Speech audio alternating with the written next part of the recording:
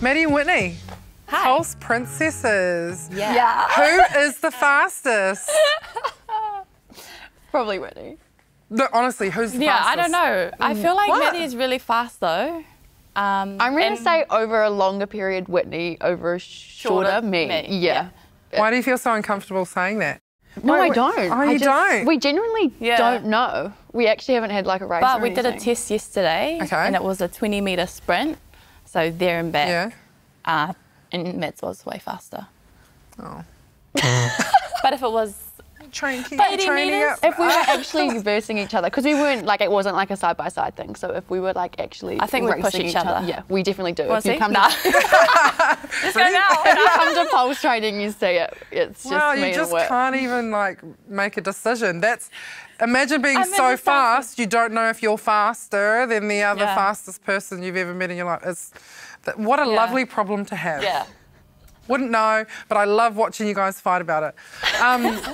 Maddy, you first. I think you're an awesome prodigy of the Pulse pathway. So you played a few years at Becco. I think you won like 2 or 3. Yeah, just casually, yeah. That, Keep going. Me, yes, go on. No, calm down. I'll stop now. No, that's it, next. And now you obviously get to step out with the senior squad, which you also won a championship or 2? 3. 3? Oh. Yeah, 19, 20, 22. Yes. How good? Like, how good Yeah. is that to like be in the same team and just kind of come through the ranks and be able to have all that success with them, and then you get to sit here with a Ferns dress on?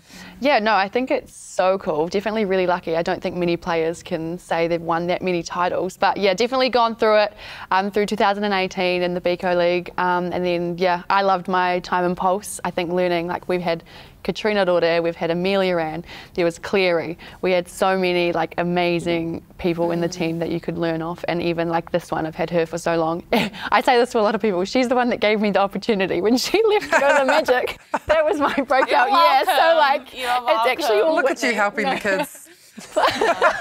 But no, it's really cool to play alongside Whitney as well. But I think like a main part of that as well was a vet. She had me through 2018 to now, and I have to thank her a lot for it, because she's just given me the confidence to play how I want to play. And yeah. And Maddy did just roast you a little bit about it, but you did take a year away to go and have a look at what it was like in a different team. As someone who was born and bred in, you're actually the Princess of Porirua, aren't you? Yeah. And Mila is... She says she's the queen, but you know, I live in Porirua. Yeah, you know? right. So, No, get her. Yeah. Get her. So you did take a little bit of time away, and then you come back to the Pulse. How did that help you? Because it's always nice, I think, to step away from what you've always known, and this is on and off the court. But how did it help you come back and kind of reinvent yourself as like a mid-quarter for New Zealand? Yeah, I think I had been, you know, in Pulse for so long, and I kind of was like at a point where I wanted to just do something different, be somewhere else, even though I'm such a homebody. But yeah, I guess moving away from home and like flatting, you know, being away from my parents and all that, it just made me kind of appreciate things more, see my life in a different light, not just on the court but off the court as well. So yeah, it was a real big year for me, but you know, I came back a bit more grounded, and you know, I miss my family, so I kind of wanted to just see what else I could do, and you know, with what I had learned, just make it worth it.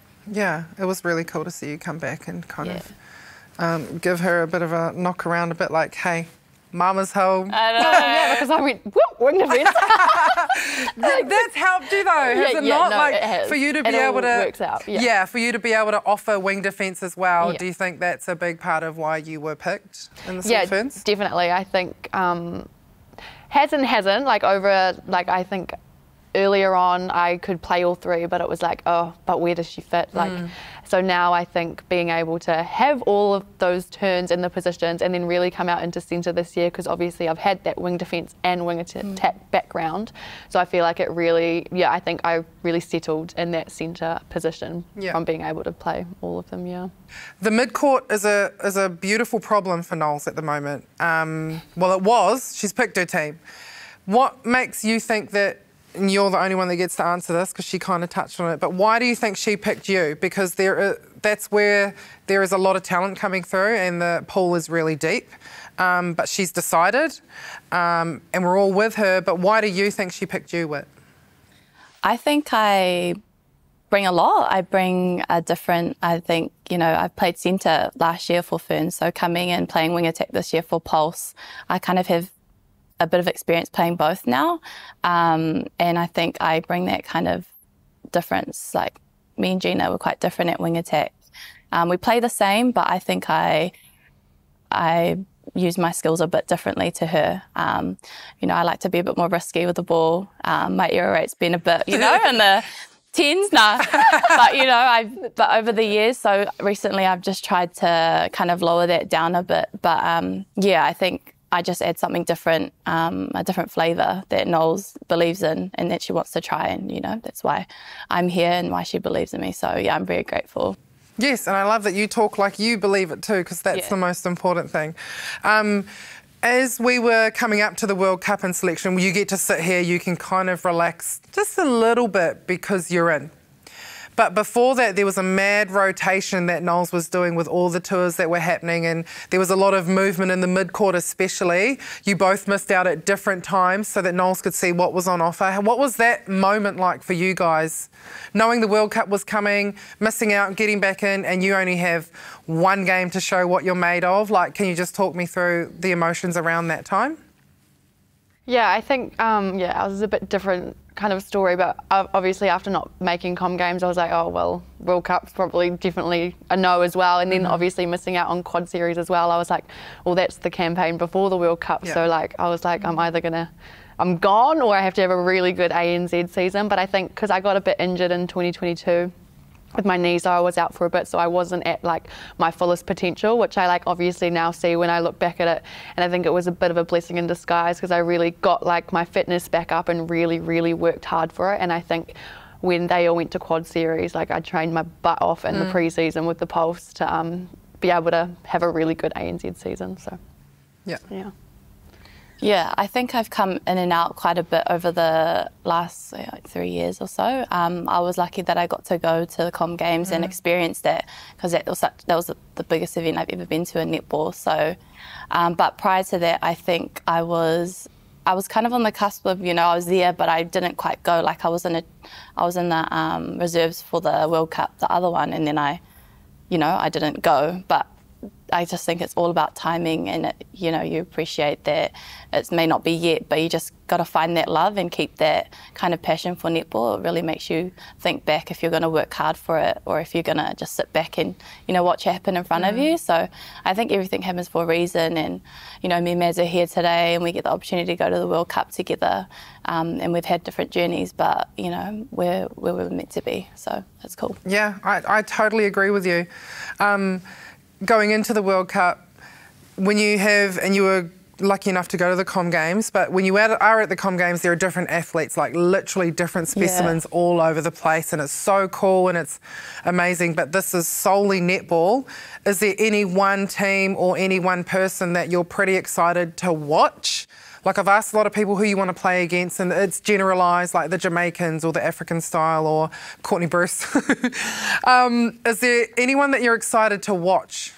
One person or one team, just by the way that they play, maybe someone that you admire a little bit?